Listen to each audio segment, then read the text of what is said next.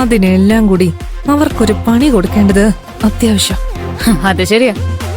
പാറു വെറും വാല, തലവാർഡന.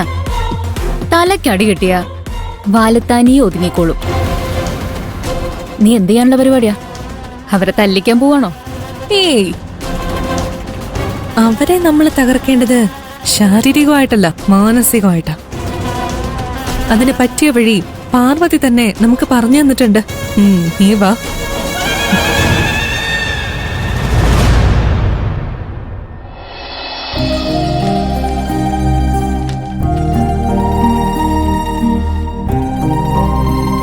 മാഡം, ഞാൻ കടയിലേക്ക് പോവുക.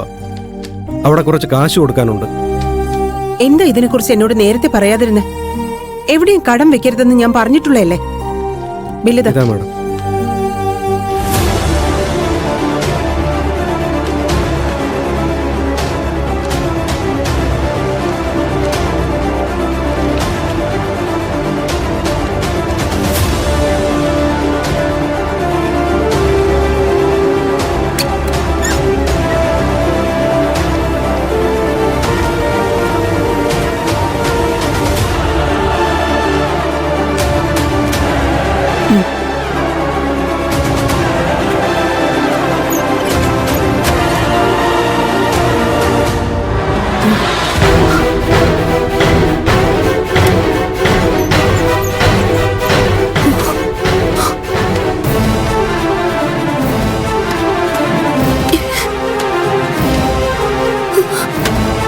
ഇതെവിടെ പോയി?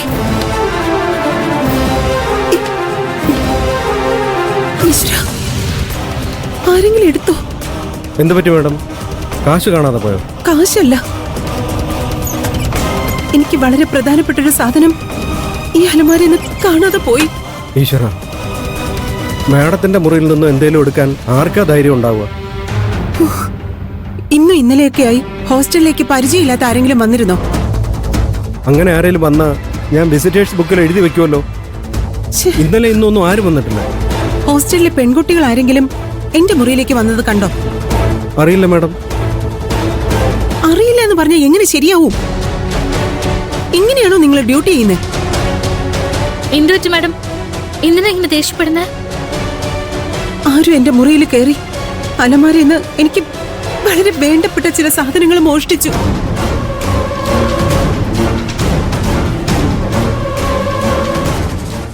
പുറത്തുനിന്നും ആരും വരാത്ത സ്ഥിതിക്ക് നിങ്ങളിൽ ആരും ആണ് അത് എടുത്തിരിക്കുന്നത്. അതാരാണെങ്കിലും ദയവ് ചെയ്ത് എനിക്കത് തിരിച്ചു തരണം.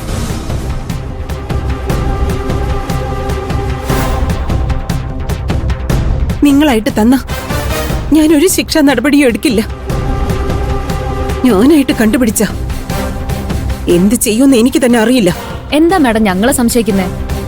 മാഡത്തിന്റെ കാശ് മോഷ്ടിക്കാൻ മാത്രം കാശില്ലാത്ത കുടുംബത്തിൽ നിന്നൊന്നും അല്ല ഞങ്ങൾ വരുന്നത്.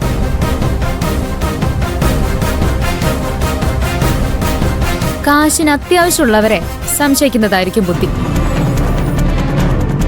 കാണാതെ പോയത് കാശല്ല, എനിക്ക് അതിനേക്കാൾ വിലയുള്ളൊരു സാധന. അതെന്താ, സ്വർണ്ണാണോ?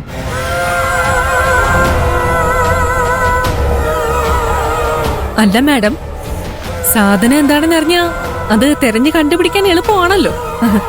അതുകൊണ്ട് ചോദിച്ചതാ. അവന്തിക്ക് പറഞ്ഞതുപോലെ ഗോൾഡ് ആണോ മാഡം? അതിനേക്കാളൊക്കെ വിലയുള്ള സാധനമാണ്.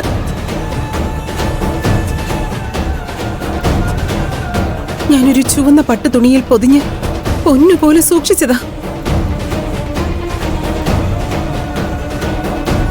ഞാൻ പറയുന്നോണ്ട് ഒന്നും തോന്നരുത് മാഡം. മാഡം ഒന്നുകൂടി മുറിയിലും ഓഫീസിലും ഒന്ന് തിരഞ്ഞു നോക്കൂ. എങ്ങാനും അവിടെ മറന്നു വെച്ചിട്ടുണ്ടെങ്കിലോ?